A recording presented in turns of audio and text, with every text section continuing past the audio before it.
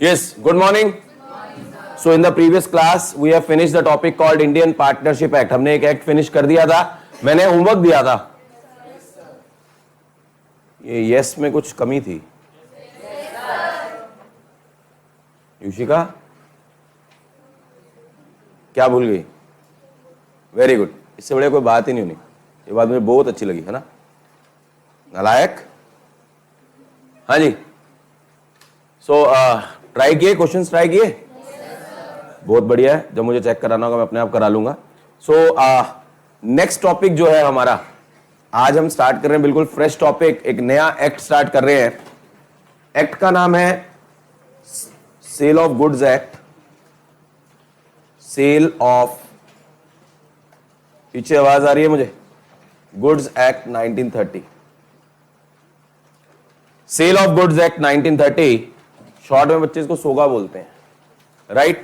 पहले तो इसको प्रोनाउंस करना सीखो प्लीज. बच्चों को प्रोनाउंसिएशन में भी थोड़ी सी प्रॉब्लम रहती है. नॉर्मली स्टूडेंट्स क्या बोलते हैं? Sales of good act. That is wrong pronunciation. Sale of goods act. Goods की बात करें, गुड की बात नहीं कर रहे हैं.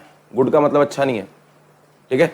सेल्स नहीं होता, सेल होता, ठीक है? तो sale of goods act 1930. So today we have to do the basic things about sale of goods act. ये टॉपिक बहुत इंटरेस्टिंग है, बहुत प्रैक्टिकल टॉपिक है, रियल लाइफ से रिलेटेड है. एंड हमें आज इसकी पहले बेसिक्स समझना है, क्योंकि बेसिक जब तक नहीं आएगा तब तक आप सेल ऑफ गुड्स एक्ट को समझ नहीं पाएंगे. और किसी भी एक्ट में जो पहली क्लास में मैंने बताया भी था, वो मिस नहीं करनी चाहिए ड्यू टू एनी रीजन. अगर खांसी जुकाम फीवर जो मर्जी है, ठीक है? So sale of goods act 1930 we are going to start with. सबसे पहले हमारा इंट्रोडक्शन टॉपिक होता है, आपको मालूम है, जैसे हमने इंडियन पार्टनरशिप एक्ट में भी किया था. दो चीजें हमें जानना बहुत जरूरी है. सेल ऑफ गुड्स एक्ट किस दिन एप्लीकेबल हुआ था, यानी उसका हैप्पी बर्थडे किस दिन होता है, and sale of goods act की एप्लीकेबिलिटी, इन्फोर्सेबिलिटी कहां तक है. तो वही सेम चीज. Sale of goods act is applicable on whole of India. Whole of India except the state of Jammu and Kashmir. Except Jammu and Kashmir. मैंने आपको इसका रीजन भी बताया था लास्ट इंडियन पार्टनरशिप एक्ट जब हमने स्टार्ट किया था, कि सर इसका रीजन जम्मू एंड कश्मीर आपको पता है एक डेलीगेट स्टेट है. आपको पता है आर्टिकल 370 हमारे कॉन्स्टिट्यूशन ऑफ इंडिया में है, राइट? जम्मू एंड कश्मीर को एक स्पेशल स्टेटस का, you can say that, resemblance दे रखी है. Jammu and Kashmir is treated as special, जो उसका स्टेटस है स्पेशल स्टेट है. तो वहां पे कुछ चीजों के ऊपर उसे लॉ बनाने की खुद रिस्पॉन्सिबिलिटी दी है वहां की जो स्टेट लेजिस्लेचर है, ठीक है? तो ऐसा नहीं है कि वहां पे सेल ऑफ गुड्स एक्ट है नहीं, वहां पे है, लेकिन वो वहां का जम्मू एंड कश्मीर का अपना सेल ऑफ गुड्स एक्ट है, राइट? तो it is applicable on whole of India except the state of Jammu and Kashmir. पहली बात. दूसरा, sir sale of goods act की अगर हम बात करें तो इसको समझने के लिए आपको थोड़ा सा बैकग्राउंड चलना पड़ेगा. Before 1930, before 1930 there was no act called sale of goods act.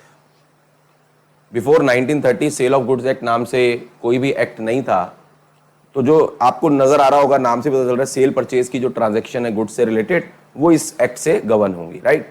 तो सेल और परचेज से रिलेटेड, यानी इससे पहले सेल ऑफ गुड्स एक्ट नहीं था. तो इससे पहले सर क्या सेल और परचेज की ट्रांजेक्शन्स नहीं होती थी? आंसर इज नो, होती थी.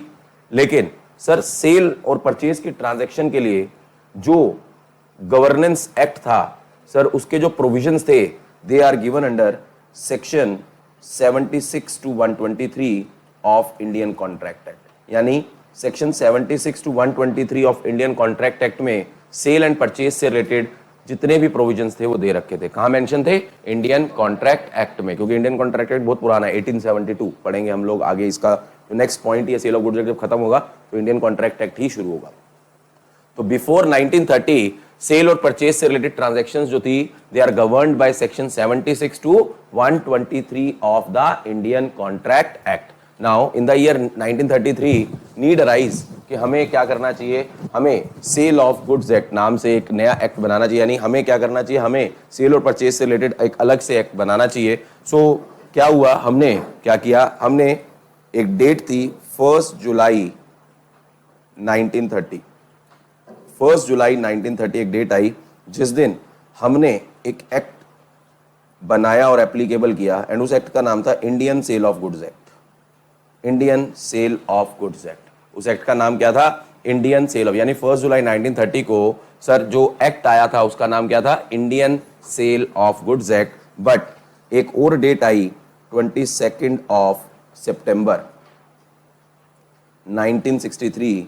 इस दिन हमने ये जो वर्ड इंडियन था सर इसको क्या कर दिया? इसको हटा दिया, इसको रिपील कर दिया और एक्ट का नाम क्या रह गया? Sale of goods act 1930।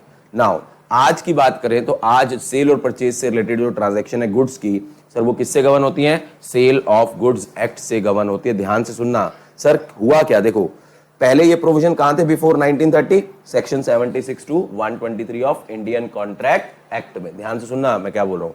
जब हमने ये Indian sale of goods act applicable किया तो हुआ क्या सर, वो सारे प्रोविजन उठ के एक नए एक्ट के नाम से आ गए एंड वहां जो प्रोविजन थे सेक्शन 76 टू 123 वो क्या हो गए? रिपील हो गए। क्या हो गए? रिपील। रिपील का मतलब है कि अब वहां पे वो सेक्शन 76 टू 123 आज भी हैं, लेकिन आज उनकी कोई एप्लीकेबिलिटी नहीं है। आज भी वो है सेक्शंस, क्योंकि देखो सीधी सीधी बात है, एक बात बताओ, एक चीज समझना, जैसे आप अपने घर में रह रहे हो, उस घर का एक एड्रेस है, आपके साथ वाला घर है उसका भी एड्रेस है, सबका एड्रेस है, ठीक है।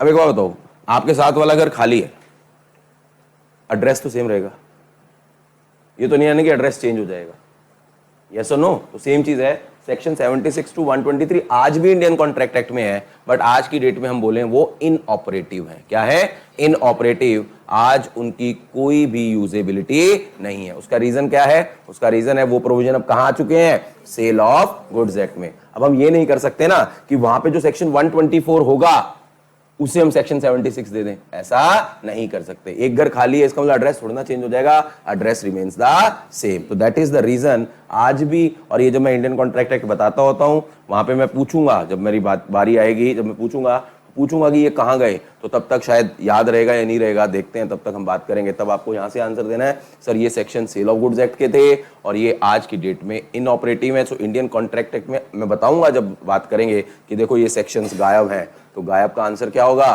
क्योंकि सर उसकी जगह पे क्या आ चुका है? Sale of goods. अब ये देखो ये चीजें बेसिक्स हैं, लेकिन ये बच्चों को नहीं मालूम, ये नहीं भी पढ़ाएंगे तो कोई ऐसा कुछ नहीं होगा कि आपके एग्जाम में कुछ अफेक्ट आ जाएगा। एग्जाम तो पास हो जाओगे, एग्जाम की बात ही नहीं कर रहे हम आपकी नॉलेज की बात कर रहे हैं। हो क्या रहा है, बैकग्राउंड पता होना चाहिए, चीजें क्या है, ठीक है। क्यों ये चीजें ना सर आपसे इंटरव्यू में पूछ लेंगे, जान सूख जाती है इंटरव्यू में बच्चों की। सारी चीजें सिर्फ एग्जाम पास होने के लिए नहीं पढ़नी, आगे फ्यूचर में काम करने। अब आपसे इंटरव्यू में पूछ लें सर ये इंडियन कॉन्ट्रैक्ट एक्ट में सेक्शन 76 टू 123 खाली नजर आ रहे हैं, क्यों आ रहे हैं? क्यों आ रहे हैं? नहीं मतलब मैं वैसे पूछ रहा हूं। अब आप जाओ, आपको नहीं पता हो ये लॉ, और लॉ को तो बेसिकली ना पता कैसे पढ़ा है, law is a theory. Theory बोलते हैं, थ्योरी नहीं है ये, प्रैक्टिकल यही है, राइट। तो ये चीज सब ध्यान रखेंगे। तो सर सेक्शन 76 टू 123 आज की डेट में भी इंडियन कॉन्ट्रैक्ट एक्ट में है, बट आज की डेट में वो इनऑपरेटिव है, रिपील्ड है, उनकी कोई भी इंपोर्टेंस नहीं है, कोई इंपोर्टेंस नहीं है उनकी। रीजन क्योंकि उनकी जगह पे हमने एक नया एक्ट एप्लीकेबल कर दिया, that is sale of goods act. और 1 जुलाई 1930 को sir Indian sale of goods act के नाम से आया था, लेकिन 22 ऑफ सितंबर 1963 को ये वर्ड हटा दिया गया एंड उसका नाम क्या रहा? Sale of goods act 1930। Is this point clear to everyone? So that is what you have to understand about sale of goods act। ये इंट्रोडक्शन का छोटा सा बेसिक हमने बात किया, अभी खत्म नहीं हुआ, अभी बहुत सारी चीजें आनी है इंट्रोडक्शन में। बट पहले ये बताओ, ये पॉइंट समझ आता है? तो आज की डेट में अगर मैं आपसे बोलूं कि सेल ऑफ गुड्स एक्ट 1930 किस डेट पे एप्लीकेबल हुआ, तो आंसर आएगा 1 जुलाई 1930। हाँ, दूसरा क्वेश्चन आपसे पूछे ना कि सर इंडियन वर्ड किस डेट पे हटा था, तो 22 ऑफ सितंबर 19। ये डेट्स है ना, ये जो एग्जाम होते हैं ना आप लोगों के, इसमें इंपॉर्टेंट है ये डेट्स। ऑब्जेक्टिव टाइप में क्वेश्चन आ सकते हैं आप लोगों के, चाहे आप ये सीए का सीपीटी दे रहे हो, चाहे आप फाउंडेशन दे रहे हो, आप कुछ भी दे रहे हो, सीडब्ल्यूए में फाउंडेशन दे रहे हो, अगर ऑब्जेक्टिव पेपर है, ऑब्जेक्टिव में इन डेट्स के आने के चांसेस बहुत रहते हैं। तो इसीलिए डेट्स का ध्यान रखना है कि कौन सी डेट पे कौन सा एक्ट एप्लीकेबल हुआ था। याद है इंडियन पार्टनरशिप एक्ट में भी हमने डेट्स वगैरह, हर एक्ट की एक डेट होगी, वो आपको याद रखनी है, right. Is this point clear? 1 जुलाई 1930 को इसका हैप्पी बर्थडे होता है। हाँ जी, चलें जी आगे मूव करें। सो सेल ऑफ गुड्स एक्ट की बात करें, फर्दर हम बात कर रहे हैं सेल परचेज की ट्रांजैक्शन की बात कर रहे हैं, राइट। नेक्स्ट जो पॉइंट है, जो हमें टर्म सीखनी है, हमें एक टर्म होती है प्रॉपर्टी। ये जो प्रॉपर्टी है इसके सेल ऑफ गुड्स एक्ट के लिए दो डिफरेंट मीनिंग है। अब किस कॉन्टेक्स्ट में यूज होगा उसके अकॉर्डिंगली हमें मीनिंग लगाना पड़ेगा, राइट। ये जो प्रॉपर्टी है इसके दो डिफरेंट मीनिंग है। पहला meaning, there are two types of properties, immovable property and movable property. I hope so. Immovable and movable, अब आपको कुछ चीजें पता होंगी, हमने रिसेंटली थोड़े दिन पहले ही डिस्कस भी किया था, अगर आपको ध्यान हो और याद है ना लायक हो, राइट। तो प्रॉपर्टी इमूवेबल, प्रॉपर्टी मूवेबल, दो तरीके की प्रॉपर्टी होती है। There are two types of property. Kanika, difference. Kritika, sorry.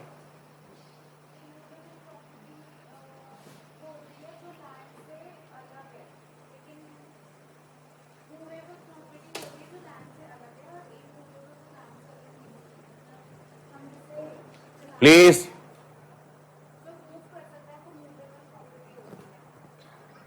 अच्छा हाँ अब बता कनिका। है क्या बोल रही है? परचेज और सेल से रिलेटेड, वो तो मूवेबल भी हो सकता है। फिर रात को लेट सोई थी। Pandey ji please, no discussion.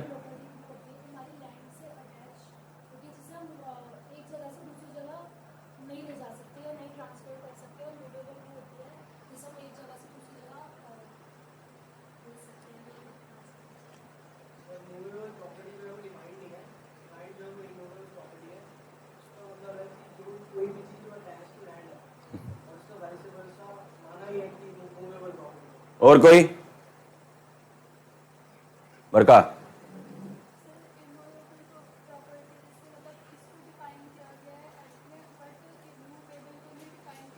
किसको नहीं किया गया?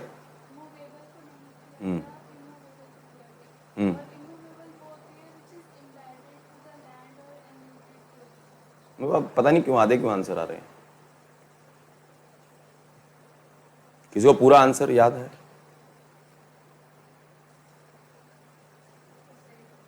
ना? और कोई? हाँ, ये बोलता है ना हाँ, बड़ी तेज वाला।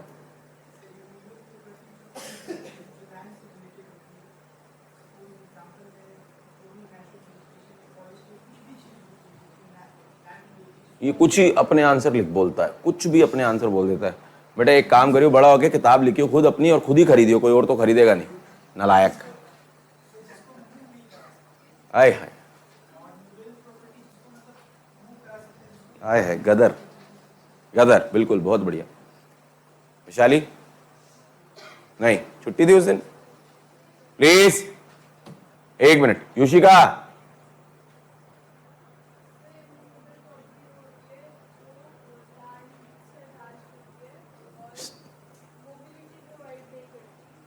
अच्छा मोबिलिटी, इकोनॉमिक से उठा के ले आइए कल वाली।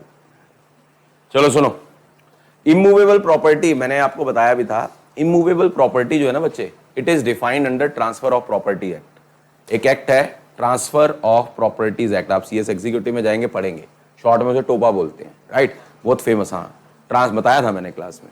अब वही बताते नहीं हो ना तुम लोग, बताते नहीं, मैं तो बता रहा है। तुम्हें कितना याद है वो तुम्हें देखना। यस यस, जब मैं बोलता हूँ यस यस यस यस, अरे यार रुक जा तू। हाँ, तो transfer of properties act section 3 में डिफाइन कर रखा है इमूवेबल प्रॉपर्टी को।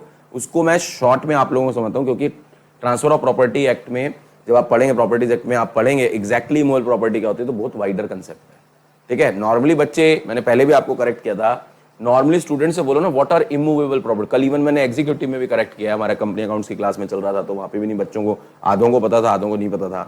तो नोशन क्या होता है इमूवेबल प्रॉपर्टी? प्राइमा फेसी बोले ना तो बोलते फिक्स असेट्स, सीधा मुंह से निकलता है फिक्स असेट्स, ठीक है। मैंने आपको बताया भी था फिक्स असेट्स। मैं अगर आपसे बोलूं फिक्स असेट्स की बात करें, कार एक फिक्स असेट है, क्या वो इमूवेबल है? सीधा एग्जांपल है, वो तो मूवेबल है, राइट। तो फिर how can it be possible कि fix asset and immovable are one and the same thing? Fix asset can be movable, can be immovable, लेकिन अकाउंट्स में असेट चलते हैं। अकाउंट्स में मैंने बताया था ना, प्रॉपर्टी वर्ड यूज नहीं, लॉ में यूज होता है प्रॉपर्टी, लॉ में असेट्स कम यूज होता है, ठीक है। तो ये जो इमूवेबल प्रॉपर्टी है, सिंपल सी बात, दो चीजें याद रखनी। लैंड, किसी ने भी नहीं बोला। इमूवेबल प्रॉपर्टी में क्या आएगा? Land. Land is always immovable property. अब उसके बाद बोलो, तुम ना पिंड वसिया नहीं लुटेरे पहले आगे, मतलब बेस बोला नहीं है, उसके आगे की चीज याद रखते हो। किसी ने भी लैंड वर्ड नहीं बोला कि सर लैंड इमूवेबल प्रॉपर्टी है, ठीक है सर। एंड दूसरी चीज आप सबने सही बोली थी, anything which is attached to land. और मैंने अटैच्ड वर्ड का मतलब बताया था कि अटैच डिफरेंट तरीके से मीनिंग निकल सकता है। It can be embedded, it can be rooted. Embedded का मतलब होता है जैसे बिल्डिंग, बिल्डिंग जो है जुड़ी हुई है। एम्बेडेड का मतलब जुड़ना, ठीक है। जो बिल्डिंग है, building is an immovable property. Why? Because sir it is embedded with the land. Rooted, rooted का मतलब क्या होता है? जो जमीन में से निकली होती है, जितनी फसलें होती हैं, जितनी चीजें होती हैं, ठीक है, ट्री होते हैं, ये सब चीजें अगर हम बात करें तो ये सारी चीजें क्या है? Immovable property. But different meaning different different आएंगे, राइट। जैसे मशीनरी है, मशीनरी की अगर हम बात करें, कोई ऐसी मशीनरी है जो बहुत बड़ी मशीनरी है, लाइक बड़े बड़े बॉयलर्स होते हैं, बड़ी बड़ी मशीनरीज होती हैं प्रोडक्शन के लिए, तो वो एम्बेडेड हो जाती हैं। अब उसे एक जगह से दूसरी जगह ले जाना पॉसिबल नहीं है। सो इमूवेबल प्रॉपर्टी को जब भी आपने डिफाइन करना तो पहले बताना है कि सर इसका मीनिंग जो है ना, it is defined under transfer of properties. जब आप ये बोलोगे ना, थोड़ा सा प्रोफेशनल होकर आंसर देना, तो सामने वाले को भी लगेगा हाँ इसने ढंग से पढ़ा है। अगर एक्ट याद नहीं है तो मत बोलना, राइट। बिल्कुल मैडम आ जाए, आप ही का इंतजार कर रहे थे हम, बस कि आप आओ और हम शुरू करें। हाँ जी, सो आराम से बेटा, आराम से, पूरी क्लास हिला दी तुम दोनों ने, आराम से, एक minute please. So immovable property का जो मीनिंग है वो ट्रांसफर ऑफ प्रॉपर्टीज एक्ट में डिफाइन है, पहली बात। दूसरा मैंने आपको बताया, आपको डिफाइन कैसे, आपको सिंपल, अभी आप क्योंकि फाउंडेशन में हो, आपको सिंपल डिफाइन करना है, land and anything which is attached to land. ये दो लाइनें आपको लर्न रखनी है अभी के लिए। जब एग्जीक्यूटिव में जाओगे तो आपको और एडवांस लेवल पे और चीजें सीखने को मिलेंगी, बट अभी के लिए आपको इतना भी पता है ना, ये आपके फाउंडेशन लेवल से बहुत ऊपर है। क्लियर है? तो land is always immovable. Let me complete यार, मेरी बात सुन ले। अब मैं 50 बार सबको बोल चुका हूं, जब मैं बोल रहा हूं तो मैं बोल रहा हूं। जब मैं बोलूंगा एनी डाउट तो जितना मर्जी पूछ लो, बीच में नहीं बोलना। Land is always immovable. Second point, anything which is attached to land is always immovable as a general rule, right. Now movable को डिफाइन नहीं कर रखा। किसको डिफाइन नहीं कर रखा? मूवेबल को। What is movable? जो इमूवेबल नहीं है, जो इमूवेबल प्रॉपर्टी के फीचर को सेटिस्फाई नहीं कर रही, वो क्या बन जाएगी? मूवेबल प्रॉपर्टी बन जाएगी, राइट। तो ये होता है इमूवेबल एंड मूवेबल का बेसिक डिफरेंस। हाँ भाई, अब पूछ।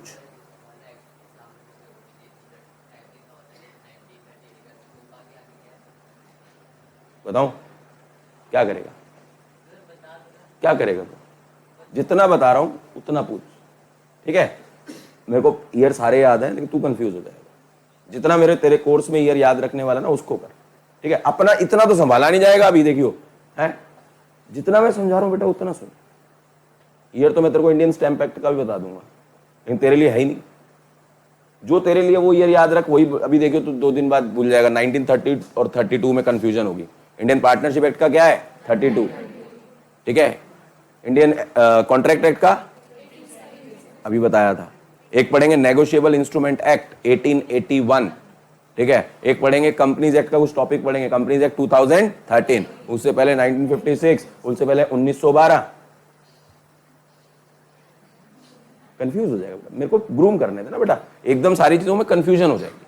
जितना आपको जरूरत है मैं उससे बहुत ज्यादा पढ़ाऊंगा, ठीक है, और वो तुम्हें पता भी चल रहा होगा। लेकिन भागो मत, भगाना मुझे भी आता है। कब भगाना है? 5वीं गियर कब डालनी है?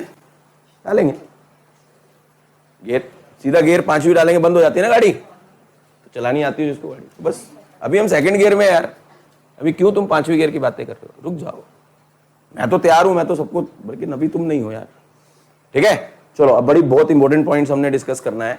हमने बोला प्रॉपर्टी का 2 मीनिंग है डिफरेंट डिफरेंट। एक मीनिंग क्या आता है? Immovable, movable. एक और प्रॉपर्टी का मीनिंग है, सर ये क्यों बता रहे हो? क्योंकि अभी यूज होगा। एक और प्रॉपर्टी का मीनिंग है, टर्म यूज होगी general property in goods, special property in goods. जब हम बोल रहे हैं ये मीनिंग जनरल प्रॉपर्टी, इस जनरल प्रॉपर्टी का मीनिंग है ऑनरशिप, और स्पेशल प्रॉपर्टी का मतलब है possession. General property in goods, special property in goods. जब हम बोल रहे हैं general property, we are talking about ownership, and जब हम स्पेशल प्रॉपर्टी वर्ड की बात कर रहे हैं, we are talking about the possession. Now I hope so ये ऑनरशिप एंड पोजेशन वर्ड आप लोगों ने सुना हुआ होगा। सुना है? Ownership, possession, ownership, possession. What is the difference between ownership, term ownership and possession?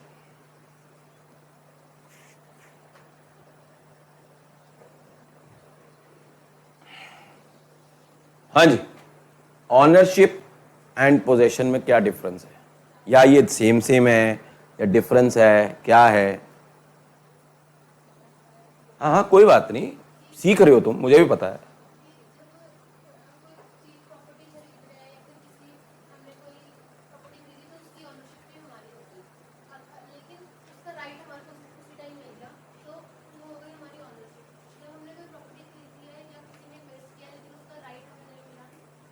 किस चीज का राइट?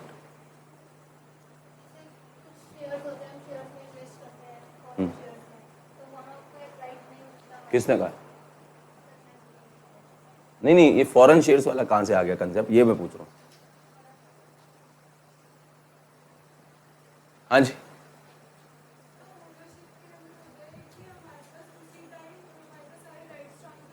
कौन से कौन से?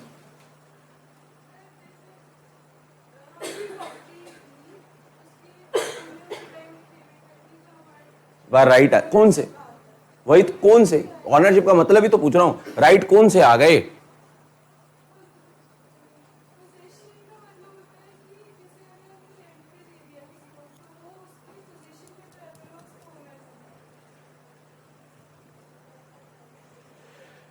कोई बात नहीं, देखो चीजें तो समझनी है ना, अभी तुम्हारे दिमाग में कुछ ही मीनिंग है उसके। हाँ भाई तू बोल।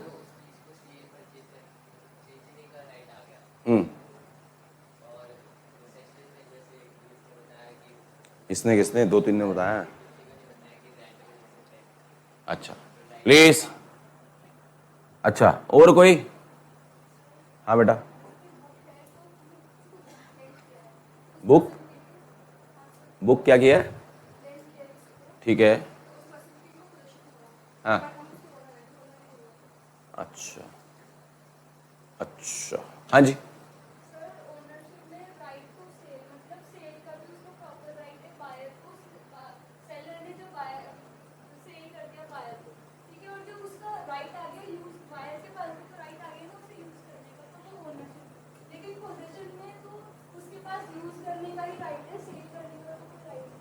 अच्छा और कोई?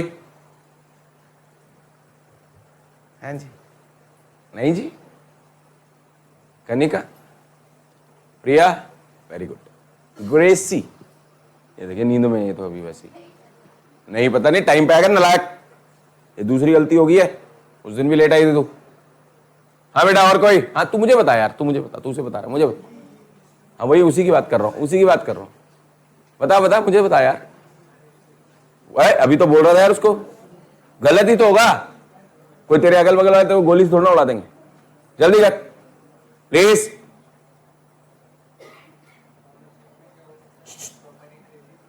हाँ दोबारा बोल बेटा।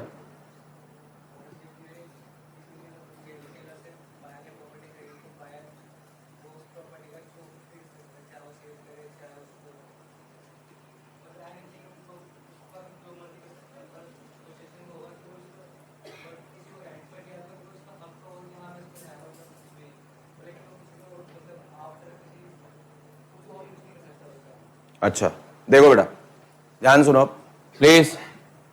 When we are talking about ownership, कि हमारी ऑनरशिप है, अब देखो ऑनरशिप किससे रिलेटेड होगी, चाहे वो इमूवेबल प्रॉपर्टी हो चाहे मूवेबल प्रॉपर्टी। पोजेशन किससे रिलेटेड होगा? इमूवेबल से चाहे मूवेबल से, राइट? जब हम ऑनरशिप की बात करते हैं ना, the person who becomes the owner will get 2 rights in law. ठीक है सर? उसके पास 2 राइट्स आ जाते हैं लॉ में। One is right to cell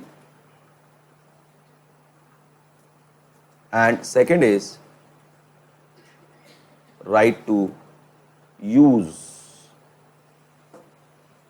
ये 2 राइट होते हैं उस पर्सन के पास। राइट टू सेल, सेल लिख दो ज्यादा बेटर है, राइट टू सेल नहीं बोलते, राइट टू सेल बेटर है, एंड राइट टू यूज। उसके पास 2 राइट्स है। जिस पर्सन के पास ये 2 राइट्स है, और इन दोनों में मेजर राइट कौन सा है? सेल वाला, ठीक है ना? तो ऑनरशिप जिसके पास होती है उसके पास ये 2 राइट्स होते हैं, right to sell the property and right to use the. अब ये जो यूज वर्ड है ना, ये यूज वर्ड ये बहुत इंपॉर्टेंट है, अभी बात करते हैं इसके बारे में। और जिसके पास पोजेशन होता है सर, उसके पास एक ही राइट होता है, that is right to use, right to use. जिसके पास पोजेशन होता है उसके पास एक ही राइट होता है, that is right to use. अब देखो बेटा, इसका मतलब मैं अगर ऑनरशिप एंड पोजेशन की बात करूं तो which has a wider meaning? Ownership has a wider meaning and it has a strong meaning related to the property. ठीक है, समझना बेटा, मैंने बोला use has a very very different meaning, बहुत वाइडर मीनिंग है यूज का। यूज का मतलब है चाहे आप अपने पर्सनल पर्पस के लिए यूज कर रहे हो, चाहे आप किसी को दे रहे हो यूज करने के लिए, वो भी तो आप तो यूज ही कर रहे हो ना। जैसे फॉर एन एग्जाम्पल, मैं आपको एक एग्जाम्पल बताता हूं। लेट्स से आपका एक हाउस है, एक एग्जाम्पल बता रहे हैं इमूवेबल प्रॉपर्टी से। आपका एक हाउस है, उस हाउस पे 2 फ्लोर है, 2 फ्लोर्स, एक हाउस में 2 फ्लोर्स हैं, दोनों फ्लोर्स की आपके पास ऑनरशिप है। एक फ्लोर में आप खुद रह रहे हो, आपके पेरेंट्स रह रहे हैं, राइट? और दूसरे फ्लोर को आपने रेंट पे दिया हुआ है। दूसरे फ्लोर को आपने क्या दिया हुआ है? रेंट पे, राइट? तो मेरा क्वेश्चन आपसे ये है, दोनों फ्लोर के लिए ऑनरशिप किसके पास है? आपके पास। पॉइंट समझ आता है? एंड दोनों फ्लोर को यूज करने का भी राइट किसके पास है? आपके पास, राइट? अब आपने उसको यूज कैसे किया? एक फ्लोर को तो अपने पर्पस के लिए यूज किया, दूसरे फ्लोर को रेंट पे दे दिया। ये रेंट पे जब आपने दे दिया तो आपने अपना राइट टू यूज किसी दूसरे पर्सन को क्या कर दिया? ट्रांसफर कर दिया।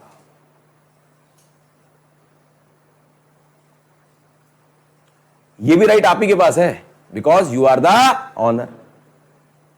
तो आपने अपना राइट टू यूज किसी और को ट्रांसफर कर दिया। अब ध्यान सुनना, इसका मतलब आपने अपने राइट टू यूज का यूज तो किया है, चाहे वो आप खुद रहने के लिए करते हैं या किसी और को देते, भाई तू यूज कर ले, तो आपने अपना राइट टू यूज क्या कर दिया है? ट्रांसफर। ये भी तो आपका राइट ही है, आपने ये अपना राइट क्या किया है? यूज किया है। और आपने अपना कौन सा राइट ट्रांसफर किया है कि भाई तू आ और मेरे घर में रह ले और मुझे क्या दे दे? रेंट दे दे। तो अब अगर मैं बोलूं, उस जिस फ्लोर को आपने रेंट पे दे दिया, ठीक है, आपने अपने राइट टू यूज का ही यूज किया है, लेकिन अब आप उसको कैसे यूज कर रहे हैं? As a rental property use कर रहे हैं। और आपने अपना रहने वाला जो राइट है वो किसको ट्रांसफर कर दिया? किसी दूसरे जो टेनेंट है आपका, अब वो वहां पे रह रहा है। तो इसका मतलब उस प्रॉपर्टी से रिलेटेड क्या उसके पास सिर्फ क्या उसके पास ऑनरशिप आई है या ओनली पोजेशन आया है? पोजेशन। नाउ उस फ्लैट से रिलेटेड पोजेशन उसके पास ट्रांसफर हो गया है, लेकिन उसका राइट जो है ना यूज का, वो रिस्ट्रिक्टेड राइट है। उसका वो राइट रिस्ट्रिक्टेड राइट कैसे है? क्या नहीं कर सकता? वो सेल तो कर ही नहीं सकता, और वो किसी और को भी यूज करने के लिए एक टर्म यूज होती है subletting. Subletting in a general rule is not allowed, यानी वो किसी और को फर्दर किराए पे नहीं दे सकता। क्या ये पॉइंट समझ आता है एवरीवन? ये हो गया मूवेबल से रिलेटेड बात करते हैं। मूवेबल, लेट्स से आप सबके पास मोबाइल फोन होगा, सबके पास मोबाइल फोन है, यू आर द ऑनर और यू हैव ओनली पोजेशन। क्यों? सर हम बेच भी सकते हैं, हम यूज भी कर सकते हैं। अब यूज कैसे कर सकते हैं? जो फोन आता है हम यूज करते हैं अपने पर्सनल पर्पस के लिए, या आपके फ्रेंड ने मांगा एक कॉल करनी है तो आपने उसे दे दिया, इसका मतलब अपना राइट टू यूज आपने अपने फ्रेंड को दे दिया। तो जिस टाइम आपके फ्रेंड के हाथ में वो मोबाइल है, उसके बाद ऑनरशिप आ गई या पोजेशन आया सिर्फ? रिस्ट्रिक्टेड है। क्या वो आगे बेच सकता है या वो आगे किसी और दोस्त को कह सकता है ले तू भी मजे ले ले? रिस्ट्रिक्टेड है। बात को समझना मैं क्या समझाना चाह रहा हूं, please. Is this point clear? So that is the difference between the ownership and possession. जिस पर्सन के पास ऑनरशिप है वो अपनी उस प्रॉपर्टी को, अच्छा कौन सी प्रॉपर्टी को? ऊपर वाला जो प्रॉपर्टी वर्ड है। इसका प्रॉपर्टी के दो मीनिंग है। When we are talking about general property in immovable property, इसका मतलब हम किसकी बात कर रहे हैं? Ownership in immovable property. When we are talking about special property in movable property, इसका मतलब we are talking about the possession. तो कब सर हमें कैसे पता चलेगा? सर लॉ की लैंग्वेज पढ़ के पता चलेगा कि वहां पे प्रॉपर्टी का मीनिंग ऊपर वाला है या नीचे वाला है। क्या ये पॉइंट समझ आता है? बट प्रॉपर्टी के दो अलग अलग मीनिंग है। सर प्रॉपर्टी का नेचर कैसा है, इमूवेबल या मूवेबल? प्रॉपर्टी की ऑनरशिप से रिलेटेड भी आपके दो मीनिंग निकलते हैं, या तो ऑनरशिप होगी या पोजेशन। सर हम यहां पे क्यों ये पॉइंट्स पढ़ रहे हैं? क्योंकि मैंने अभी आपको जो सेल ऑफ गुड्स एक्ट बताया है उसकी अब हमें बात करनी है कि सेल ऑफ गुड्स एक्ट किस प्रॉपर्टी की बात करता है, इमूवेबल की बात करता है या मूवेबल की बात करता है? Answer is sale of goods act. सुनना ध्यान से, बीच में कोई नहीं बोलेगा। Sale of goods act talks about the movable property. Sale of goods act किससे डील करता है? मूवेबल प्रॉपर्टी से डील करता है। प्लीज अभी ये इनकम्प्लीट है। सेल ऑफ गुड्स एक्ट किससे डील करता है? Movable property. क्वेश्चन उठा क्या सारी movable properties? No sir. Sale of goods act deals with only those movable properties which are covered under the term goods. जो किस में कवर होगा? गुड्स में कवर होगा। कि एक्ट का नाम क्या है? Sale of goods act. तो इसका मतलब गुड्स जो होंगे वो क्या होंगे? मूवेबल प्रॉपर्टी होंगे। तो sale of goods act deals with movable property but not all the movable properties, only those movable properties which are covered under the term goods। हम पढ़ेंगे section 2 clause 7 of the sale of goods act. वहां पे आपको goods की definition define की गया। हाँ but वहां पे गुड्स का मीनिंग क्या निकल के आएगा? सारी मूवेबल प्रॉपर्टी की ही बात होगी, इमूवेबल की बात नहीं है। क्यों सर? उसका लॉजिक इमूवेबल क्यों नहीं कवर है? उसका रीजन इमूवेबल के लिए कौन सा एक्ट है? Transfer of properties. क्वेश्चन उठा सर उस मूवेबल प्रॉपर्टी से रिलेटेड किस चीज की बात करेगा? ऑनरशिप की, पोजेशन की या दोनों की? Answer is sale of goods act deals with the ownership of movable property. It talks only about the ownership. इसका मतलब ऑनरशिप से रिलेटेड जो भी इश्यूज होंगे वो इश्यूज किससे गवर्न होंगे? Sale of goods act. क्योंकि सेल ऑफ गुड्स एक्ट किसको डील करता है? सेल एंड परचेज की ट्रांजैक्शन को। It talks about sale and purchase. और जब सेल एंड परचेज होता है तो ऑनरशिप क्या होती है? ट्रांसफर होती है। पोजेशन से कोई लेना देना नहीं। बहुत इंपॉर्टेंट पॉइंट है ये, इसलिए मैंने बोला जिसकी पहली क्लास मिस, बेस तो साफ है उसका, आगे वो समझ जाएगा दूसरी तीसरी क्लास में, मेरी गारंटी है। लेकिन ये चीजें कहां वापस आएंगी? फिर मैं बोल रहा हूं बहुत इंपॉर्टेंट पॉइंट्स हैं, ये जनरली नहीं पता होते, ठीक है? ये पता करना बहुत जरूरी है। आई रिपीट वंस अगेन, अभी मैं सब लिखवाता हूं, एक पैराग्राफ भी लिखवाता हूं। सेल ऑफ गुड्स एक्ट के बारे में जितना हमने पढ़ा एक बार जरा रिकैप करें, देखें जरा हमने क्या पढ़ा, देखते हैं। क्वेश्चन की फॉर्म में पूछूंगा, सेल ऑफ गुड्स एक्ट किस डेट पे एप्लीकेबल हुआ था? 1 जुलाई 19। जब ये एप्लीकेबल हुआ था किस नाम से एप्लीकेबल हुआ था? कौन सी डेट थी? इंडियन वर्ड हट गया, 22 ऑफ सितंबर 19। वेरी गुड, डेट्स तैयार है हमारी, ठीक है। नाउ अगर हम बात करें सेल ऑफ गुड्स एक्ट की, क्या ये इमूवेबल प्रॉपर्टी की बात करता है? क्या ये मूवेबल प्रॉपर्टी की बात करता है? अगर मैंने इतना क्वेश्चन पूछा, फिर अगर मैंने इतना क्वेश्चन पूछा है तो यस ही आंसर है। क्या ये सारी मूवेबल प्रॉपर्टीज की बात करता है? कौन सी? जो गुड्स में कवर हो। क्वेश्चन 2 बनेंगे objective. Sale of goods act deals with movable properties, the statement is true और false? True. Sale of goods act deals with all movable properties, statement is sale of goods act deals with immovable property, पक्का? Sale of goods act deals with ownership of movable property. True. Sale of goods act deals with ownership of all movable properties. False. Sale of goods act deals with ownership of the term goods. True. Sale of goods act deals with possession of all movable properties. Sale of goods act deals with possession of goods. क्योंकि possession की वो बात, इतना part हमारा introduction का part है, ये हमारा बेसिक्स है, ये जो आपकी नॉलेज को ऐड करेगा. Any doubt you can ask. कोई आपसे क्वेश्चन पूछे ना कि सर इमूवेबल को क्यों नहीं कवर करता, तो उसका आंसर क्या है? सर उसके लिए सेपरेट एक्ट है. उसके लिए सेपरेट एक्ट कौन सा है? सबका अपना अपना चीज है, बाइफर्केशन. हाँ बेटा कुछ पूछो. किस चीज का? इमूवेबल और मूवेबल का डिफरेंस. इमूवेबल का मतलब बच्चे प्लीज ध्यान से, इमूवेबल प्रॉपर्टी का मतलब क्या है बच्चे? वो प्रॉपर्टी जो दोनों में से कोई भी चीज को सेटिस्फाई करेगी. फर्स्ट लैंड, वो प्रॉपर्टी क्या होनी चाहिए? लैंड. लैंड का मतलब अर्थ सरफेस, जमीन. And anything which is attach to land.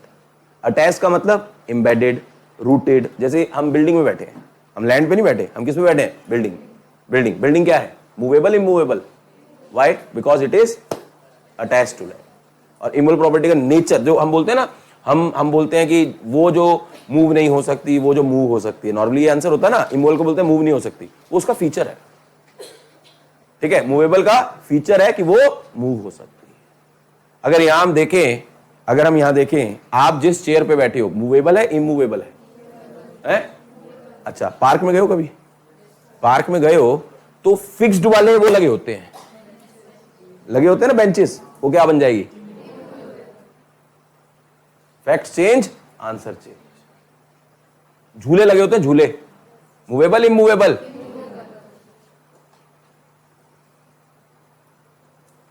AC immovable movable? ये मूवेबल है, इसको तो हम आराम से उखाड़ के एक जगह. पंखा मूवेबल. चेयर्स जो ये बैठे हो मूवेबल. ये कंप्यूटर, हम सब पक्का? अच्छा, आप कभी मॉल, शॉपिंग मॉल्स गए हो? हम तो सर हम हमेशा पाए जाते हैं, जब हम घर ना मिले वहीं पाए जाते हैं. हाँ बिल्कुल सही बात है. तो शॉपिंग मॉल में आपने एक टर्म सुनी होगी, सेंट्रलाइज्ड एसी. सुना है ना लायकों? मतलब आप वहां कहीं पे भी घूम लो, एसी की फीलिंग आती है ना. सेंट्रलाइज्ड एसी होता है.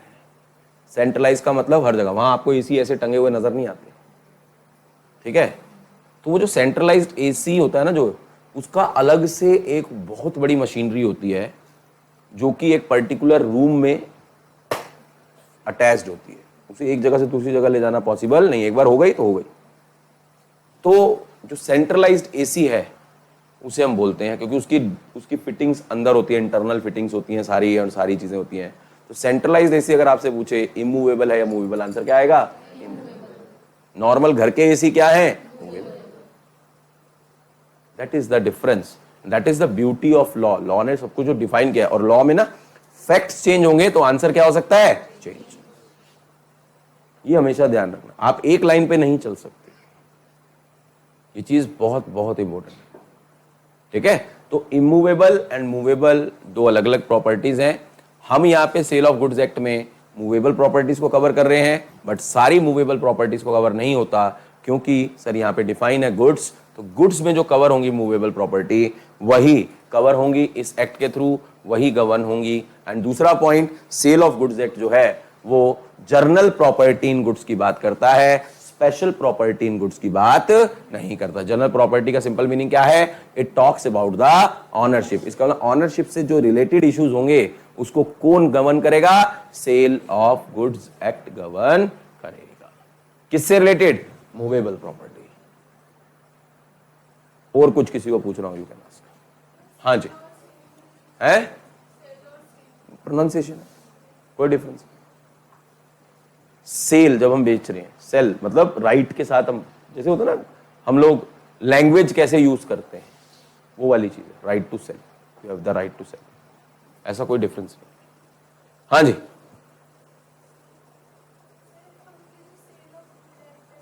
गलत बोलो, सेल ऑफ गुड्स एक्ट है.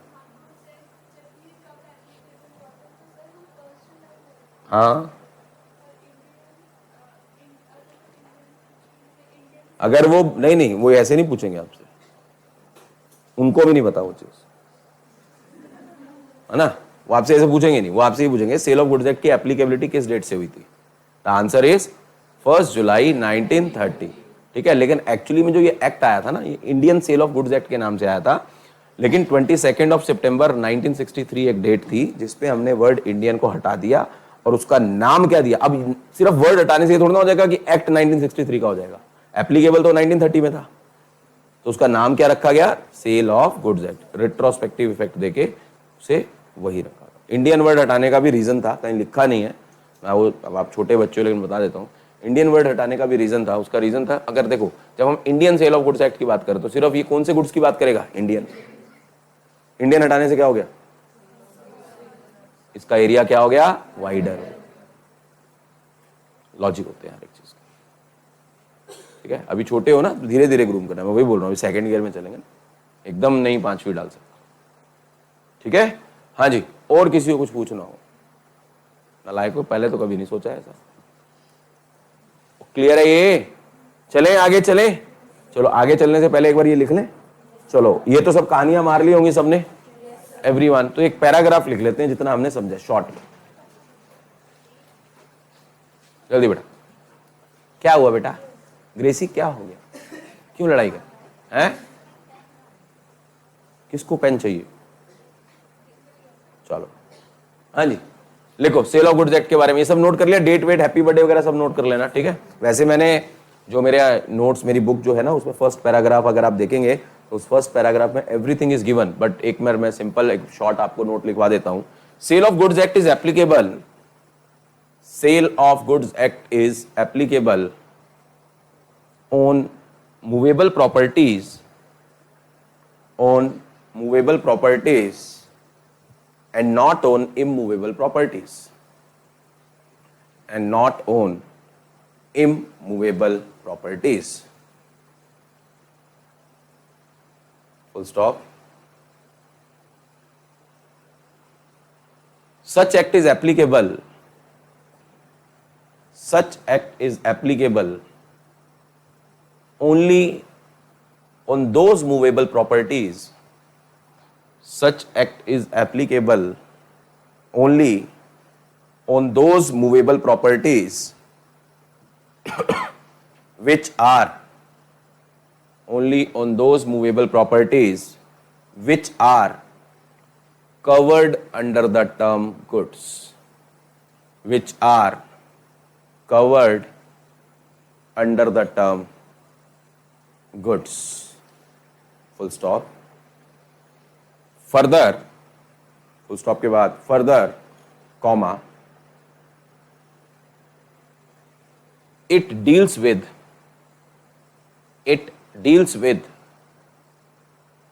The ownership, it deals with the ownership related to goods, ownership related to goods and not the possession, and not the possession। यानी ये ऑनरशिप से रिलेटेड बात करेगा गुड्स की, पोजेशन से रिलेटेड बात नहीं करेगा। लास्ट पॉइंट लिखेंगे, it deals with sale and purchase transactions, sale and purchase transactions related to goods, sale and purchase transactions related to goods, right? एक पॉइंट और यहां पे हमें डिस्कस करना है, एक टर्म हमने बोला सेल। अगर मैं सेल करूंगा तो सामने वाला परचेज कर रहा है। अब यहां पे सेल वर्ड का भी बड़ा वाइडर मीनिंग है, ठीक है सर। दो चीजें पढ़ेंगे, एक टर्म होती है सेल, एक होता है अग्रीमेंट टू सेल, ठीक है sir. Sale and agreement to sell, right. Please तो एक लाइन और लिख लो, अभी आगे हम समझेंगे। It deals with both sale and agreement to sell. It deals with both sale and agreement to sell. ये लाइन क्या है आगे अपने आप समझ आ जाएगी, अंडरलाइन कर लेना इस पॉइंट को, ये अभी हमने नहीं समझा, धीरे धीरे आपको समझ आ जाएगा. It deals with both sale and agreement to sell. Full stop. तो ये सेल ऑफ गुड्स एक्ट से रिलेटेड कुछ बेसिक बातें थी, एप्लीकेबिलिटी की बात थी. नाउ मूविंग फर्दर, अब हमारा सेल ऑफ गुड्स एक्ट थोड़ा सा एडवांस लेवल पे चलेगा. अब हम जो बात करने जा रहे हैं, जैसे इंडियन पार्टनरशिप एक्ट में हमने बात की थी definition of the term partnership, वो किस सेक्शन में था? Section 4 of Indian partnership act. Now अब हम बात करने जा रहे हैं, एक डेफिनेशन हमने पढ़नी है. डेफिनेशन का नाम है कॉन्ट्रैक्ट ऑफ सेल. डेफिनेशन का नाम है कॉन्ट्रैक्ट ऑफ सेल. किसकी सेल? Of goods. ठीक है sir. And it is given under again section 4. लेकिन ये सेक्शन 4 किसका है? सेल ऑफ गुड्स एक्ट का. मैंने आपको बताया भी था ना, आपको जब भी सेक्शन पढ़ना है आपको सेक्शन के साथ उसका एक्ट याद रखना है, क्योंकि एड्रेस बहुत सारे लोगों का सेम होता है, लेकिन जिस एरिया में रहते हैं वो एरिया क्या होते हैं? डिफरेंट डिफरेंट होते हैं. तो इसीलिए सेक्शन 4 अगर आप बोलोगे ना, किस एक्ट का साथ में बोलना है तो डिफाइन करना मैंने सिखाया है. Section 4 of the sale of goods act define the term contract of sale. किसका? Of goods. Contract of sale of goods की डेफिनेशन नहीं. कॉन्ट्रैक्ट ऑफ सेल है क्या? What is contract of sale? ठीक है सर. तो इसको डिफाइन कर रखा है section 4 of the sale of goods act में, एंड ये पैराग्राफ में डिफाइन कर रखा है. मैं स्टूडेंट्स आप सबको पढ़ाता होता हूं. मैंने जैसे इंडियन पार्टनरशिप एक्ट में पार्टनरशिप की डेफिनेशन आपको पढ़ाई थी, तो हमने ब्रेक करके पढ़ी थी. ऐसे ही कॉन्ट्रैक्ट ऑफ सेल की डेफिनेशन को भी हम ब्रेक करके पढ़ेंगे, राइट. बट पहले मुझे टेस्ट करना है आप लोगों को कि क्या आपको पार्टनरशिप की डेफिनेशन याद है? ऑलमोस्ट 1 महीने पहले हमने पढ़ी थी. Check yourself. क्या कोई मुझे पार्टनरशिप की डेफिनेशन सुना सकता है, जस्ट टू चेक कि हाँ भाई याद है या नहीं है? पार्टनरशिप की डेफिनेशन एक बार देख लो अपने दिमाग में, सबकॉन्शियस माइंड से कॉन्शियस माइंड में ले आओ प्लीज. आई होप सो याद होगी, इतना मुझे कॉन्फिडेंस है अपने ऊपर भी और तुम्हारे ऊपर भी. प्लीज. एक लड़के से पूछेंगे, एक लड़की से पूछेंगे. ठीक है? लड़का मतलब लड़का, लड़की मतलब हंसले नालायक. प्लीज कौन बताएगा? लड़की में पहले, लड़की फर्स्ट. जिनके हाथ नहीं खड़े हैं, मतलब जिन्होंने मुझसे पढ़ रखा है और हाथ नहीं खड़े, मैं क्या सोचूं उसको? अब धीरे धीरे हो रही है. सर आप हम हाथ नहीं, हम सुनाना चाह रहे हैं लेकिन आप हाथ नहीं खड़ा करेंगे ना, आप हमसे ही पूछोगे. तो हम चाहते हैं कि हमसे पूछो. ऐसा कोई है? अच्छा, वेरी गुड. आपने डेफिनेशन पढ़ी? नहीं नहीं, वैसी वाली नहीं, सच्ची वाली. नोट्स में पढ़ रहे हैं. अच्छा प्लीज 1 मिनट. चलो, किसको अपनी मेमोरी पे डाउट होता है? सर सभी को. मैं लड़कियों की बात करूं, याद करा करूं. मैं अभी गर्ल्स की बात करूं. ये भी ठुस्सू प्रसाद यादव मिला हमें, है ना. गर्ल्स की बात कर रहे हैं पहले. किसको लगता है कि यार हम भूल जाते हैं? सर तो सबको ही लगता होगा हम भूल जाते हैं, है ना. आरती कह रही है मैं भी सर भूल जाता. इसके लिए तो स्पेशल बुक लिखूंगा मैं, इसके ऊपर लिखूंगा, इसकी जीवनी के ऊपर, जब ये CS बन जाएगी. इसका सफर, आरती का सफर, नाम भी दे दिया देखो मैंने. हाँ जी 1 मिनट. किस लड़की से पूछे? अच्छा कॉन्फिडेंटली. सर मुझसे नहीं, नहीं मैं उसकी बात कर रहा हूं.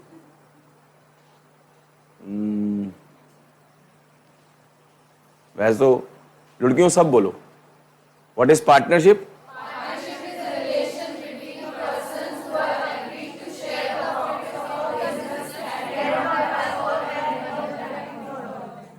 बॉयज क्या ये करेक्ट है? सुना है?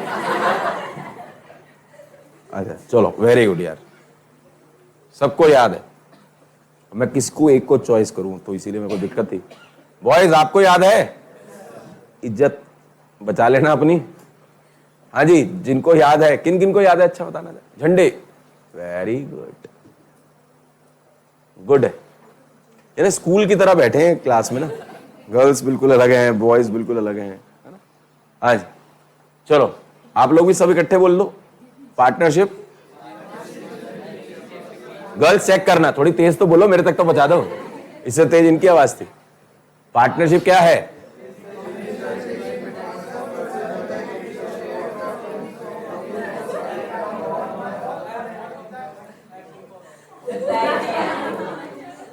एक मिनट, बॉयज को रिप्रेजेंट कर रहा है, नहीं करना, वो कह रहे हम मान नहीं रहे। अच्छा चलो पीछे, बेटा तेरा नाम क्या है? आतिश बताएगा, आशीष, आशीष बताएगा। एक मिनट प्लीज बोल बेटा।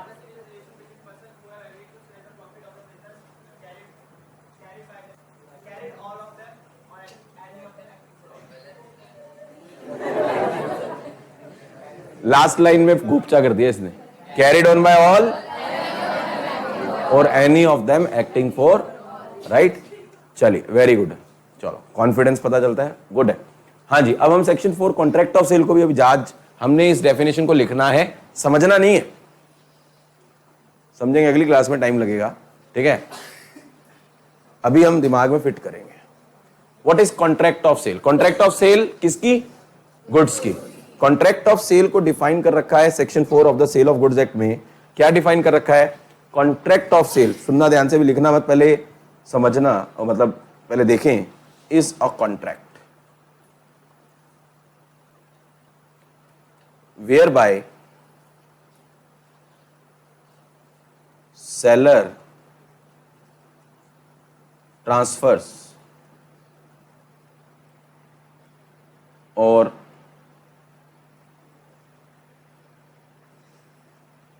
agrees to transfer.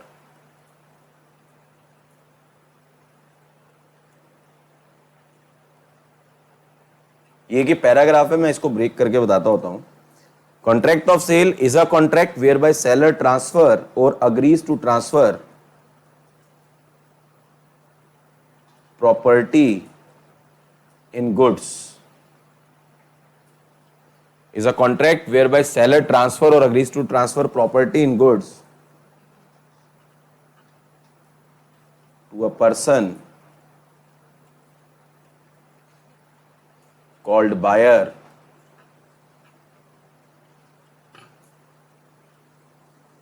for a money consideration.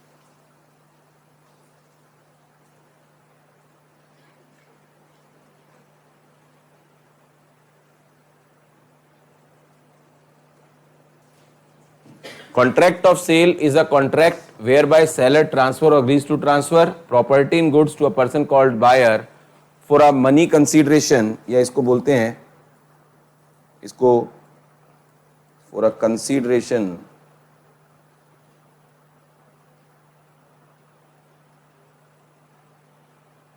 called price.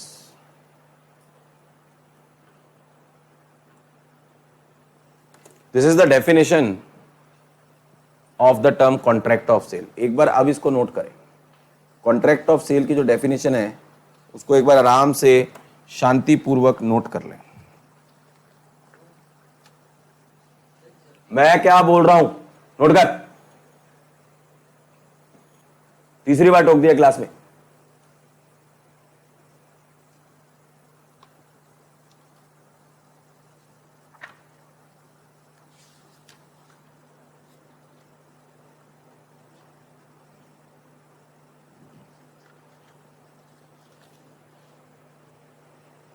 Note करने के बाद पूछूं मेरे से, नोट कर पहले।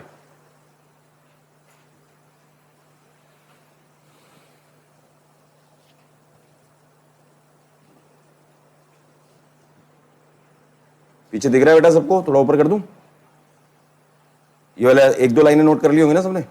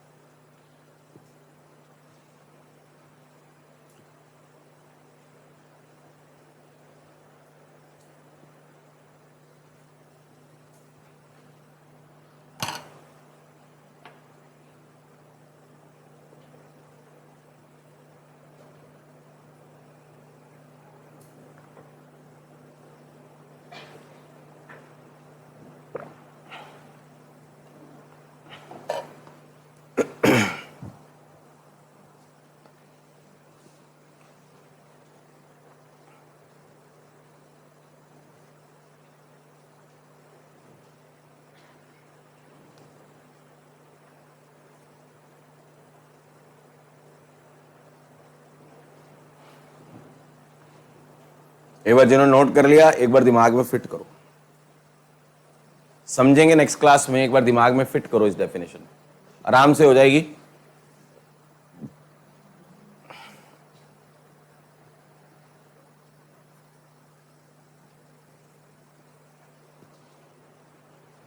हाँ अब पूछ बेटा, क्या कह रहा था? टाइम मतलब? हाँ वही तो मैं कह रहा हूं, लिखना चाहिए, एडवाइजेबल ये है कि लिखना चाहिए। मतलब पूछा जाए मतलब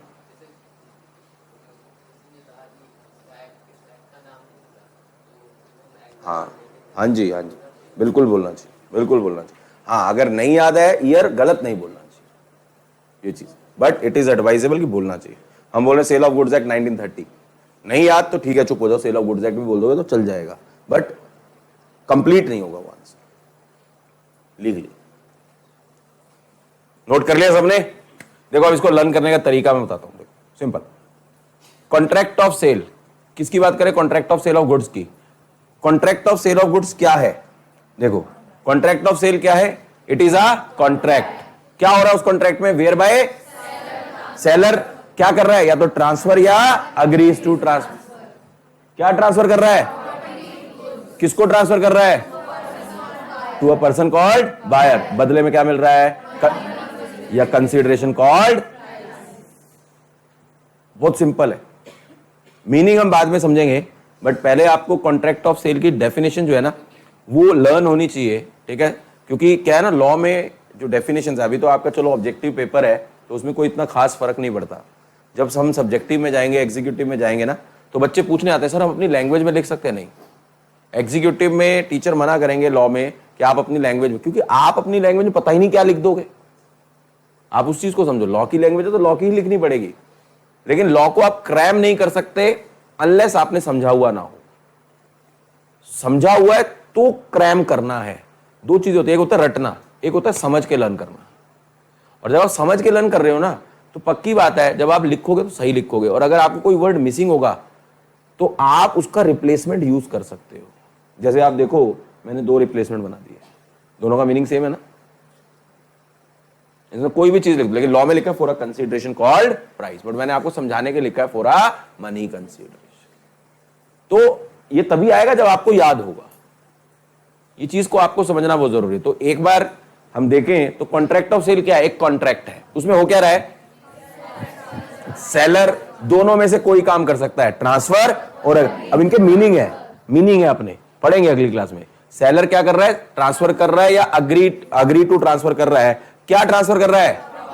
अच्छा मुझे एक लाइन बता दो, यहां पे प्रॉपर्टी वर्ड का मतलब क्या है? एक minute, it talks about immovable और मूवेबल, या इट टॉक्स अबाउट ऑनरशिप और पोजेशन? यहां पे प्रॉपर्टी कौन सा वाला लेना है हमने भी? कौन सा वाला? क्यों? क्योंकि आगे गुड्स लिखा है, और गुड्स का मतलब ऑटोमेटिकली क्या है? मूवेबल। इसका मतलब किसकी बात कर रहा है? प्रॉपर्टी। और सेल ऑफ गुड्स एक्ट कौन सी प्रॉपर्टी की बात करता है? जर्नल या स्पेशल? जर्नल, मतलब ऑनरशिप। ऑनरशिप पॉइंट समझ आ रहा है? ठीक है, अगर यहां गुड्स ना लिखा होता, नहीं लिखा होता, ऐसा हो नहीं सकता था, लेकिन यहां लिखा होता property, agrees to transfer property in property, बड़ा अजीब लगता ना, लेकिन उसका मीनिंग क्या आता? Ownership in movable property. But इसीलिए उनको स्पेसिफिकली नाम दे दिया गुड्स। वो ऑनरशिप भी यहां लिख सकते थे, यही तो डिफरेंस है। लॉ जब पढ़ा जा रहा है तो लॉ में, लॉ कभी भी सिंपल नहीं लिखा जाता। लॉ बनता आम आदमी के लिए है, लेकिन आम आदमी उसको इंटरप्रेट नहीं कर सकता। अगर ये मैं आपको, अगर ये प्रॉपर्टी वर्ड के मीनिंग नहीं समझाता तो आप सोच लो आप क्या समझते हैं, तब आप एक आम आदमी थे, अब खास हो गए हो, लॉ पढ़ रहे हो, ये डिफरेंस है। तो लॉ को इंटरप्रेट करने का काम प्रोफेशनल्स का। अगर लॉ सिंपल लिख दिया जाए ना तो प्रोफेशनल की कोई यूसेज ही नहीं आएगी। लॉ को इंटरप्रेट करने के लिए प्रोफेशनल्स आते हैं। लॉ की लैंग्वेज हमेशा मुश्किल होती है, उसको सिंप्लीफाइड करने का काम होता है प्रोफेशनल्स का। ये पॉइंट को समझना बहुत इंपॉर्टेंट है, वही हम सीख रहे हैं। वही चीजें सीखने। लॉ का मतलब थ्योरी नहीं है, लॉ प्रैक्टिकल है, दुनिया लॉ से चल रही है। थ्योरी का मतलब होता है रट्टा मारना। ये ध्यान रख लेना। लॉ को ना बच्चे जब थ्योरी बोलते हैं ना, मुझे बड़ा गुस्सा आता है। प्रैक्टिकल क्या होता है? क्वेश्चन। अकाउंट्स के क्वेश्चन प्रैक्टिकल होते हैं, है ना? क्वेश्चन। सर प्रैक्टिकल करने में बड़ा मजा आता है, क्वेश्चन करने में। और जिंदगी में सीएस में तुमने को कौन से क्वेश्चन करने हैं? क्वेश्चन करोगे जिंदगी, कंपनी में जाके क्वेश्चन सॉल्व करोगे? नहीं नहीं, बैंक रिकंसिलिएशन क्वेश्चन सॉल्व करना। क्या करना है? ये करना है। मजे की बात है, मतलब हमारी जो 11-12 की ग्रूमिंग होती है ना, इतनी पुअर होती है ना, इनके बारे में फोकस ही नहीं किया जाता। फोकस करना चाहिए बिजनेस स्टडीज के ऊपर, फोकस करना चाहिए इकोनॉमिक्स के ऊपर। पैथेटिक पढ़ाया जाता है, तुम्हें भी पता है, रटवा दिया जाता है, रट लो, ज्यादा फोकस उस पर, मैथ्स कर लो। तो तुम्हारा कौन सा सीएस में मैथ्स का काम है? कौन सी तुमने ज्योमेट्रियां करनी है और ट्रिग्नोमेट्री करनी है, और कौन सी तुमने अलजेब्रा करना है? ये मतलब सिस्टम हमारा खराब है। सिस्टम तो खराब है, बट पढ़ाने वाले और माशाअल्लाह। नहीं, मैं मतलब कई बार मैं बड़ा फ्रस्ट्रेट हो जाता हूँ कि हमारा अगर एजुकेशन सिस्टम सही कर दे ना, इसमें अगर हम मोदी जी ध्यान दे ले कि एजुकेशन सिस्टम गलत में जा चुका है। प्रैक्टिकली बता रहा हूं। बताओ कौन सी ऐसी चीज है जो बच्चे को समझ नहीं आ सकती? मैंने आपको समझाया, आपने समझ लिया। मैं समझाऊंगा ही नहीं, मेरी गलती है ना, मैं नहीं समझा रहा। फिर आएगा तो समझाऊंगा ना। तो बस समझ लो क्या कहना चाह रहा हूं। प्रॉब्लम यहां है। होता गया 12th का बच्चा पढ़ा, मैंने आपको बताया, बीएड करी, एमएड करी, वही टीचर बन गया, वही सर्कल घूम रहा है, वही सर्कल। नया पार्टनर आता है, गुडविल, किसी ने करेक्ट ही नहीं किया उसको, और वही अपने इंपार्ट करे जा रहा है बच्चों में, वही सर्कल। और क्या आप सोच लो, अब जैसे मैं डॉली, जैसे उस दिन इसने बोला था, या और बच्चे भी बोलते हैं, मतलब किसी को कोई मेरे को वो नहीं, सभी बोलते हैं, ठीक है। अभी हम ये नई स्टूडेंट है, इसे नहीं पता, तो ये भी यही लैंग्वेज बोलेगी, नया पार्टनर आता है, गुडविल आता है। ये लैंग्वेज जनरली है। अब अगर हम करेक्ट नहीं करेंगे तो आप ही स्कूल टीचर बनोगे, क्योंकि आपको तो वही लाइन पता है, तो आप ही वही पढ़ाओगे। यही साइकिल घूम रही है बेटा। और हमें ये ठीक करनी है। हम सबको तो ठीक नहीं कर सकते, लेकिन जो हमारे कंसेंसस में हो, नेक्सस में हो, उन्हें तो हम ठीक कर सकते हैं। छोटे भाई बहन को तो ठीक कर सकते हैं। मेरे तो कई स्टूडेंट कहते हैं, सर हमें अपने छोटे भाई बहन को, लेकिन छोटे भाई बहन भी बड़े चालू होते हैं, घर की मुर्गी दाल बराबर, पढ़ते ही नहीं, नालायक। छोटे भाई बहन बड़ा कुछ बोल दे, नहीं हमारी मैडम ने तो यूं बोला है, हमें मत। तुम भी तो, सास भी कभी बोलती, तुम भी तो छोटे हो गए, तुम भी अपने भाई बहन को यही बोलते होगे। कई तो छोटे भी हो गए, ऐसा थोड़ी ना है ना। तो प्लीज, मैं ये नहीं कहना चाह रहा, मैं किसी को क्रिटिसाइज नहीं कर रहा, मैं तो ये बोल रहा हूं कि जैसे हमारा और चीजें अच्छी हो रही है ना, हमारा education system should be strong, क्योंकि बेस वहीं से जाना मार्केट में। हमें लेबोरियस तो बना दिया जाता है, 12-12 घंटे पढ़ना, 15-15 घंटे पढ़ना, लेकिन हमें इंटेलिजेंट नहीं बनाया जाता। बात को समझो मैं क्या कहना चाह रहा हूं। इसीलिए बाहर वाले हमारा यूज करके जाते हैं। क्या यूज करते हैं? इंटेलिजेंट वाले तो खुद अपने पास रखते हैं काम। जो लेबोरियस काम होते हैं ना, मजदूरों वाले, वो हम एशियन से कराते हैं, इंडियन से कराते हैं, और हम भी बड़े खुश होकर करते हैं, क्योंकि हमें पैसे डॉलर में मिलते हैं। कॉल सेंटर्स आप देख लो, है ना। तो लेबोरियस काम है, 15-15 घंटे की ड्यूटी। मैं ये नहीं कह रहा लेबर नहीं करनी चाहिए, मेहनत नहीं करनी चाहिए, मैं ये नहीं कह रहा, बट स्मार्टली करनी चाहिए, वो बड़ा जरूरी है। ठीक है, तो आप लोग समझो इन चीजों को, और try to grasp law not as a theory but as a practical subject. It is a practical, mark my words. अभी नहीं समझोगे तो आगे नहीं समझ पाओगे। फाउंडेशन का मतलब बेस है बेटा।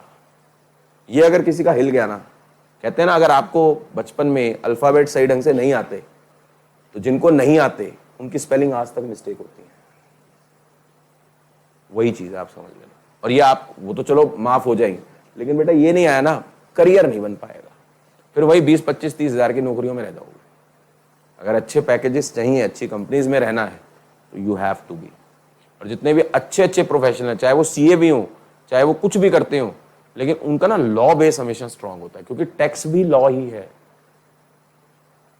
अकाउंट्स भी लॉ के ऊपर। एक बात हो, जब आप कंपनी में जाओगे, काम अकाउंट्स की हो, तो वहां कंपनी अकाउंट्स चलेगा। कंपनी अकाउंट्स जो चलेगा, वो किससे चलेगा? कंपनीज एक्ट से चलेगा, कंपनी लॉ से चलेगा।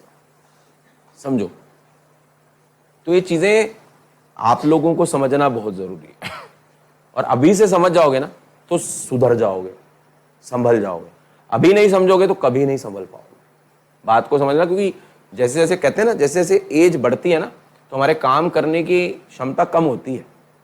इन द सेंस ऑफ, आप सोचो आज से 10 साल पहले जैसे गुलाटियां मार लेते थे, गुलाटियां समझते हो ना, जो फ्लेक्सिबिलिटी आपके शरीर में थी, क्या आज होगी? नहीं। क्या उसके अगले 10 साल में होगी? नहीं। एक्सेप्शनल केसेस में हो सकती है, अदरवाइज नहीं होगी। ये चीज समझना, ये जो समझा रहा हूं ना, इस एज को मेहनत की एज बना लो, 3-4 साल, तो फिर ये बेटा CS की डिग्री लाइफ इंश्योरेंस पॉलिसी है, जिंदगी के साथ भी, जिंदगी के बाद भी। इतना कमा लोगे अपने लिए तो सफिशिएंट है, समझ जाओ आगे। बट जो नहीं समझा तो नहीं समझा, अब क्या कर, समझते सिर्फ 10% या 90%, तो फिर सारे समझने लग जाएंगे तो फिर दुनिया अच्छी नहीं हो जाएगी। बुरी भी तो होनी चाहिए ना दुनिया, उसमें अच्छे अलग दिखते हैं। ठीक है, अब आपको देखना आपने किस में आना है। तो इस डेफिनेशन को अभी हमने सिर्फ और सिर्फ लिखा है और दिमाग में फिट किया है। अब इसका मीनिंग क्या है, इंटरप्रिटेशन क्या है सर, ये सारी चीजें, क्योंकि it will take half an hour, तो नेक्स्ट क्लास में हम लोग कॉन्ट्रैक्ट ऑफ सेल की डेफिनेशन पढ़ेंगे, फिर हम आगे चीजों को और मूव करेंगे। तो नेक्स्ट क्लास में आना, इसको रिवाइज करके आना, जितना हमने पढ़ा है आगे कंटिन्यू करेंगे। Right, have a break, accounts में मिलते हैं। Thank you very much.